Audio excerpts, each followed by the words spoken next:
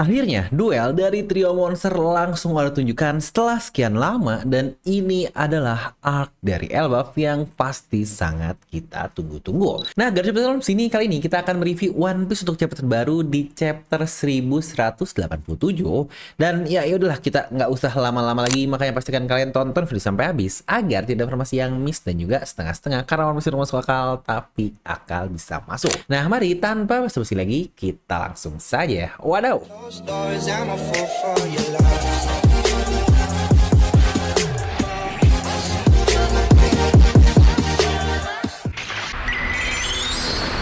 Nah, di mana judul untuk chapter 1187 ini adalah akar dari segala permasalahan. Dan untuk cover request sendiri, di sini kita melihat ya bagaimana Reiju yang dikatakan melindungi bebek jelek dari angsa-angsa yang nakal. Yang di sini yang dipegang adalah bentukan dari mirip Babang Sanjay yang berarti ugly atau jelek. Dan chapter sendiri dimulai langsung nih dari penutup chapter lalu di saat Luffy yang menunjuk Imu secara spontan tepat di mukanya langsung. Namun di sini Imu dengan santai saat masih dia dalam keadaan melayang pun dia mengeluarkan kembali api-api hitam tersebut. Dan di sini pun terlihat ya kalau Imu terlempar sangat jauh sekali. Loki yang kaget pun bilang kalau itu adalah serangan yang bagus, tapi itu hanya bisa terjadi karena dia sudah menerima semua serangan dariku. Yang ini benar-benar sama bocah nggak mau ngalah banget. Dan Luffy pun bilang, hey, kau benar-benar terluka, mundur sajalah dan istirahat lebih dahulu. Loki pun menjawab, istirahat? Kau pikir kau ngomong dengan siapa? Dan terlihat di sini api hitam dari Imu yang barusan pun keduanya menempel di pundak dari Luffy dan juga Loki. Luffy pun bilang kalau api tersebut seperti menyengat dan Imu pun sudah muncul kembali nih sambil siap-siap menyerang. Luffy bilang kalau wujudnya ternyata jauh lebih mengerikan dari jarak dekat. Di sini pun terlihat ya api-api hitam tersebut mulai menyebar di tubuh Loki dan berpindah nih ke bekas luka tusukan dari pedang Imu pertama yang sebelumnya lalu. Dan yang benar di sini Imu mengeluarkan serangannya yang bernama Stigma yang berarti adalah sebuah pedang kebencian. Yang menarik adalah efek sebelum serangan tersebut muncul, kita melihat bagaimana Luffy yang bahkan kaget nih dengan aura dari serangan tersebut dan bahkan Loki pun hanya terdiam. Dan boom, serangan luar biasa super besar pedang hitam pun lagi-lagi dengan cepat menembus tubuh Loki tepat di bekas luka pedang sebelumnya. Yang dapat dikatakan inilah sebuah one hell of attack yang dilakukan oleh karakter Imu ini. Dimana di sisi lain kita melihat nih bagaimana kru dari topi jerami yang masih berusaha nih untuk mencairkan es dari Gunko lalu, yang benar saja kalau es ini memang hanya Raknir sajalah yang bisa seperti kata-kata Loki untuk mencairkannya. Yang bahkan seluruh kru tidak bisa, Imu pun bahkan sebelumnya kita lihat tidak bisa menghilangkan es tersebut. Usopp pun bingung dan bertanya, apakah itu bukan es? Dan Franky menjawab, bagaimana jika itu adalah berlian? Tetapi jika itu adalah es, maka seharusnya wanita tersebut sudah kehabisan nafas. Brook pun memegangnya dan bilang, jika aku menyentuhnya, ini terasa dingin atau hanya perasaanku saja. Nami pun bingung bilang, wow, kau bahkan tidak bisa membedakannya. Dan Franky pun ikutan hal yang sama. Good point nih, aku juga tidak bisa merasakan apakah ini es atau bukan. Dan Nami pun kesal sambil berkata, hei kalian duo yang bukan manusia, lebih baik kalian diam saja karena itu benar-benar adalah es yang bukankah ini tidak manusia untuk cyborg dan juga Brook yang sangat tidak jelas tersebut. Namun tiba-tiba Loki yang sebelumnya terserang oleh Imu pun terjatuh tepat di atas es tersebut. Dan Raknir juga nih kapak raksasa yang terjatuh hampir kapak tersebut melempar kapak yang dimilikinya kapaknya palu raksasa yang terjatuh benar-benar hampir mengenai kru topi jerami, tetapi sepertinya di sini Raknir nih berhasil menghindari diri yang pada akhirnya mengenai es tersebut. Ya benar, Loki pun benar-benar langsung terkapar nih pasca serangan Imu barusan, yang lagi-lagi bukankah sesuai dengan prediksi kita sejak lama kalau Loki kemungkinan besar tidak akan bertarung all out di arc dari Elbaf ini, karena jangan lupa dia sudah terluka sangat parah sekali oleh para guys snack awal yaitu Gunko dan Shamrock. Jadi ya lagi-lagi arc ini sebenarnya hanyalah utamanya aja atau intro dari Loki kalau orang ini memiliki kemampuan apa nih, yaitu kemampuan Nidog yang bahkan kita belum diperlihatkan bagaimana mode hybridnya seperti apa yang pasti akan nanti nih ya ala-ala Oda seperti biasa bagaimana. Di sisi lain benturan Raknir ke es tersebut pun menyebabkan esnya akhirnya mencair. Kalau kita nggak tahu nih karena terlihat ya masih jauh dari bentukan Gunko atau Shuri yang apakah akan mencair secara sepenuhnya. Dimana Luffy hanya melihat Loki yang terkapar jauh dan dia yang sadar kalau api hitam di pundaknya akan menjadi sasaran, maka di sini pun Luffy melempar jubahnya dan benar boom, langsung efek serangan luar biasa. Yang persis kepada Loki, di sini pun Luffy menerimanya, tapi untung hanya di jubahnya yang dia lepas saja. Di sini pun kita berpindah lokasi nih ke pelabuhan di Western Village, tempat Somers dan ya benar, Babang Zoro pun sudah sampai, yang berarti sebelumnya diantar oleh Goldberg. Zoro pun bertanya, apa yang kau lakukan di sini? Bukankah kau salah satu dari 3 iblis? Dan Somers menjawab, oh, kru topi jerami. Kau bukankah tadi ada di desa? Apa yang kau mau? Kau bisa terluka. Dan Zoro pun menjawab, kaulah yang merusak pesta-pesta antara para teman lama. Yang bukankah alasannya cukup persis dengan alasan-alasan dari Luffy? Ya kalau nggak masalah makanan, lagi-lagi masalah pride seorang pria lah. Untuk Zoro pun sama. Somers pun menjawab lagi, terus kenapa? Udah lupakan saja. Ini hanya 10 atau ya setidaknya 20 bocah. Kolegaku yang akan mengambil bocah-bocah itu sebentar lagi akan datang, dan kita juga toh nantinya akan langsung pergi dari sini.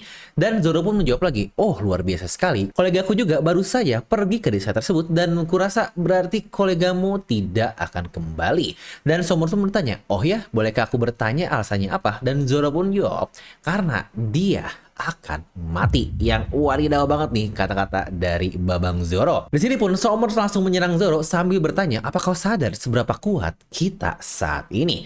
Yang ya benar, akhirnya duel antara Zoro dan Somers pun sudah benar-benar terjadi. Mungkin satu yang menarik ini adalah kalau Oda melihatkan dengan jelas di mana Zoro dalam keadaan cukup babak belur dari panel yang ada, dan sama juga nih seperti sebelumnya, Zoro percaya kepada Sanji, dan di sini Zoro tidak hanya bilang untuk mengalahkannya, tetapi bahkan Zoro bilang kalau dia akan mati. Yang bukankah ini luar biasa juga? Dan berpindah nih ke daerah desa, terlihat awan besar menutupi area yang membuatnya hujan sangat lebat. Sanji menyebutkan ada beberapa masalah yang ada di daerah situ. Pertama, monster yang lebih besar dari raksasa menculik anak-anak, dan responnya, sayangnya aku tidak akan menyelamatkan anak-anak. Lalu masalah kedua, penderitaan sang ibu adalah hal yang tidak tahan untuk kulihat, tetapi responnya, ya namun sayang sekali, monster tersebut pun seorang wanita, jadi aku juga tidak bisa menghajar monster itu. Tetapi tambahan, kalau para pejuang raksasa tidak mungkin akan menyerah dan membiarkan anak-anaknya diculik. Terlihat di sini juga ya, kalau replay yang masih dalam keadaan sangat-sangat babak belur, dan dia menangis melihat Kolon anaknya yang diculik lagi. Tetapi yang luar biasanya adalah Kolon bukannya meminta tolong, tapi dia malah meminta maaf pada ibunya karena dia tertangkap lagi. Yang wah, ini Kolon dibesarkan dengan sangat-sangat luar biasa. Sanji pun melanjutkan ke masalah yang ketiga, aku tidak suka melihat tangisan seorang wanita, tetapi aku tidak akan ikut di pertarungan tersebut karena kaulah akar dari semua masalah ini. Para raksasa mungkin tidak menyadari kehadiranmu, tetapi kau tidak bisa menghindar dariku. Ya benar, inilah yang menjadi judul dari chapter kali ini. Kalau kau adalah akar dari semua permasalahan. Killingham pun menjawab, wow, kau jauh lebih kuat ya dari yang terlihat. Dan Sanji pun menjawab lagi, kalau aku akan mengakhiri ini semua. Dan Killingham pun menjawab, bodoh, ada perbedaan bagi langit dan bumi antara kuat dan immortal atau tidak bisa mati. Dan itulah alasan kenapa kau tidak akan bisa mengalahkanku. Karena bahkan dengan mengalahkanku itu berarti kau ingin menghilangkan kekuatanku tersebut kan? Jadi silakan lakukan dan cobalah saja. Apa kau bisa mengalahkan sang dewa hujan? Dan sini pun Sanji dengan santai sambil menjawab, ya aku tahu apa kelemahan dari orang-orang sepertimu. Terlihat Killingham pun sini menjawab sambil tertawa, wah sungguh menarik hal yang kau katakan itu. Jadi apakah kau bilang kalau kau juga bisa menggunakan Hausoku no Haki? Coba buktikan dan bunuh aku kalau kau bisa melakukannya. Ya benar, di sini pun Killingham menyerang Sanji dengan tombaknya tersebut. Dan di momen itulah kita sedikit mundur nih ke momen Zoro yang dimarahi oleh Gaban sebelumnya dengan berkata, gimana caramu ingin membantu kaptenmu yang seorang kaisar lautan?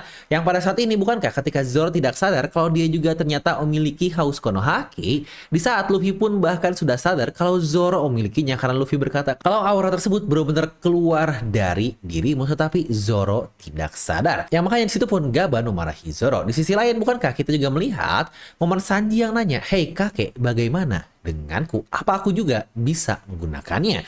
Namun momen ini pun terpotong oleh Loki yang keburu ngomong di chapter tersebut, dan kita hanya diperlihatkan panel kosong dari Sanji tanpa teks saja. Yang dari situ pun sudah cukup jelas ya, dan kita juga sudah memprediksikan di review chapter tersebut juga kalau ini nggak mungkin nih ala-ala Oda bisa dibuat sesimpel dan bahkan nggak ada apa-apa seperti itu.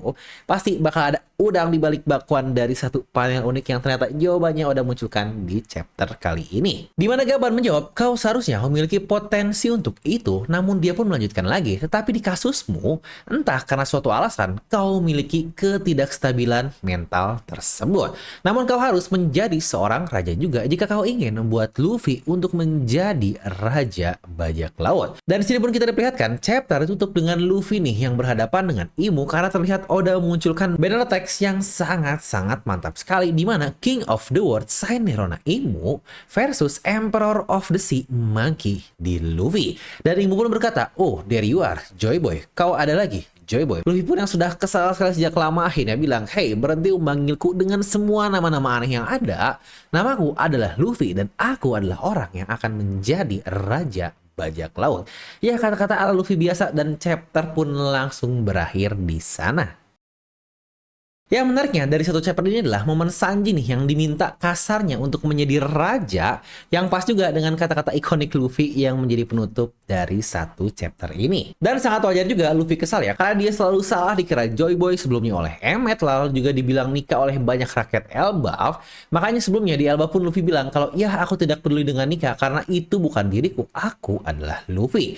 Yang pada akhirnya kekesalan tersebut pun keluar lagi nih karena Luffy masih harus dipanggil oleh nama orang lain alias Joy Boy oleh Imu. Yang mungkin poin menarik dari halaman terakhir ini adalah ketika Luffy sudah masuk ke mode Gear 5-nya, kenapa Luffy tidak pakai sendal padahal bukan ke sebelumnya dia melepas sepatu Elbaf dan sisain sendal, ternyata dilepas juga nih sendal kita yang luar biasa dari Luffy ini. Tapi mungkin kalau kita mau highlight satu chapter ini sudah jelas lah, pasti topiknya adalah Babang Sanjay yang punya Hausoku no Haki. Yang jujur sih bagi saya ini adalah hal biasa karena balik lagi di channel Level Nomi kita sudah pernah membahas hal ini jauh-jauh lama sekali, yang bahkan ketika masih warna kuning yang sudah mungkin 4-5 tahun yang lalu. Di situ saya bilang kalau Sanji akan punya Hausoku no Haki, dan ya lagi-lagi sudah pastilah ketika saya membuat video itu akan banyak yang menghujatnya karena nggak mungkin bang masa semuanya punya Hausoku no Haki, ya bla bla bla yang biasalah. Dan tentu saja di video bahasan tersebut pun saya bilang kalau Hausoku no Haki adalah kasarnya hal yang bisa dibangkitkan atau awaken tergantung bagaimana seseorang bertumbuh dan memaksimalkan potensinya. Ya lagi-lagi ala-ala channel Level lah, nggak mungkin kita hanya bilang kalau Sanji akan punya Hausoku no Haki karena ya ini biar paralel aja lah dengan Chopper Gaban dan karakter-karakter kuat lainnya.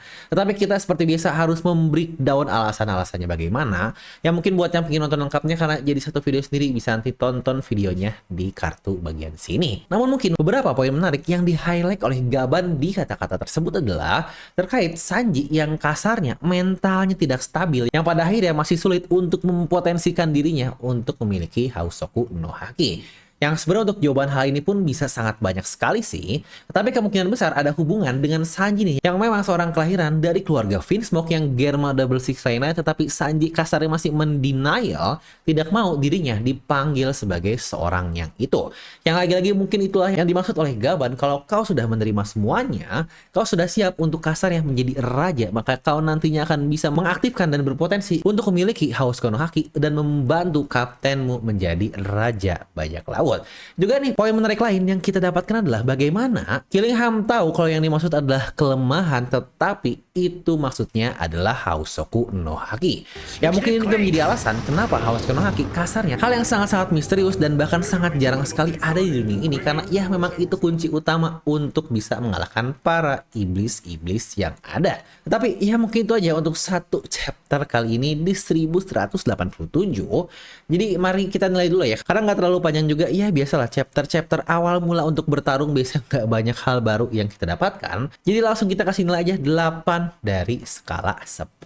Ya balik lagi ya, walaupun untuk chapter dari Luffy versus Imo, tetapi biasalah ya akan ada bug-bug dikit dulu di antara keduanya, lalu nanti kita pindah ke Zoro bug-bug dikit, dan baru kita ke Sanji bug dikit, dan nantinya ya diputar sampai akhirnya yang beres pertama adalah Sanji, yang pastinya akan beres dengan momen epic di mana dia membangkitkan Hausoku no Hakinya. Lalu dari situ pun kembali ke Zoro dan akhirnya ujungnya kepada Luffy. Walau saya masih belum tahu nih ending dari Elbaf akan dibawa kemana. gimana. Karena ingat ya, Zoro bilang Killingham akan mati. Tetapi apakah mungkin momen kedua yang hanya Loki yang bisa melakukan nih sebelumnya untuk membunuh manusia immortal alias ayahnya sendiri yaitu Harald akan bisa diulangi lagi oleh Babang Zoro dan Sanji? Karena ingat ya, masa sekelas Gaban aja dia hanya bisa membuat regen yang melambat dari Sommer sebelumnya dan tidak sampai membunuh dia, atau mungkin terdapat trik lain untuk bisa membunuh orang-orang immortal ini. Ya seperti yang kita lihat sebelumnya, bagaimana terdapat jantung mesin dari tubuh Sommers dan bahkan Zoro pun melihat hal tersebut. Yang kalau kira-kira menurut kalian gimana? Coba tuliskan di kolom komentar.